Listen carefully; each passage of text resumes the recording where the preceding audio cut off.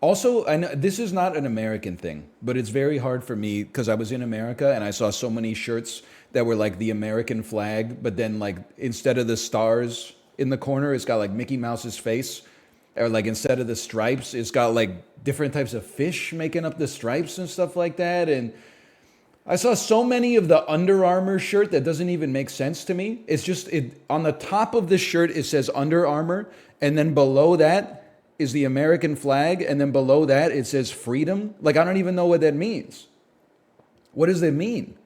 What's not to get? Well, I don't know what they're trying to say, I guess is what regardless, I just want to bring this up. Not everybody is as and I'm glad that they're like this to some extent. Not everybody concerns themselves so much with not being an encumbrance on the people around them. But when I am in public, I tend to have an awareness of the people around me and the groups around me. Okay?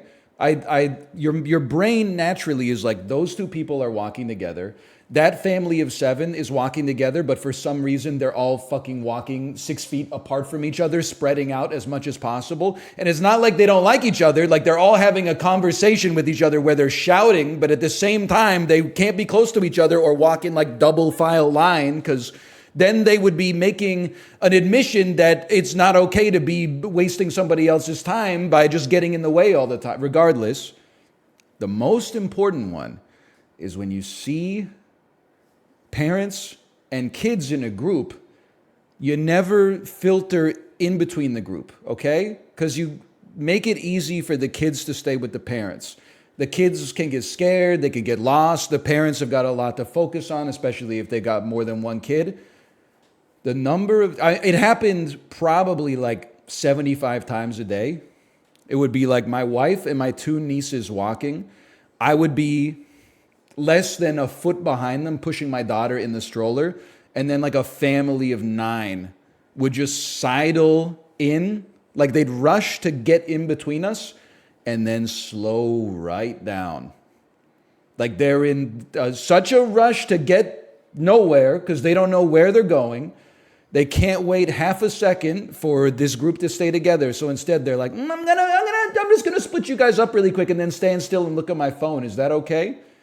I also saw lots of people that said, hey, you go ahead. Hey, sorry, like, my kid went a little crazy and they bumped into you. And we gave each other knowing nods that it's like, we're in this together, brother. Like, we're in this together, sister. But there's also a lot of people where I was like, I don't care if your like 10-year-old is looking at their phone, but like mom, dad, the 10-year-old and the 6-year-old, they can't all be looking at their phone. So the 6-year-old better put the phone away because the parents clearly are not responsible enough to drive everybody in the right way and keep everybody grouped together. So it's time to grow up, mister. And then so you'll just naturally like bump into people because they're looking at their phones, which I get because you need the app to like, figure out where you're going and you need the map. But they'll like bump into you because they're on their phone. And then I got mean mugged like once a day by and that's where the tweet came from. You would like bump into a dude, like you shoulder check. I'd say sorry and they'd look at me like this. Like, what the fuck's wrong with you? And I'm like, sorry, I'm just trying to stay with my fucking family and walk in a straight line. I know that's weird here.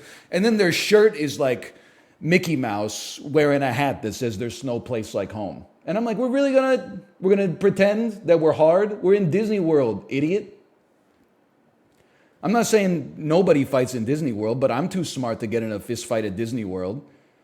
It's crazy, man.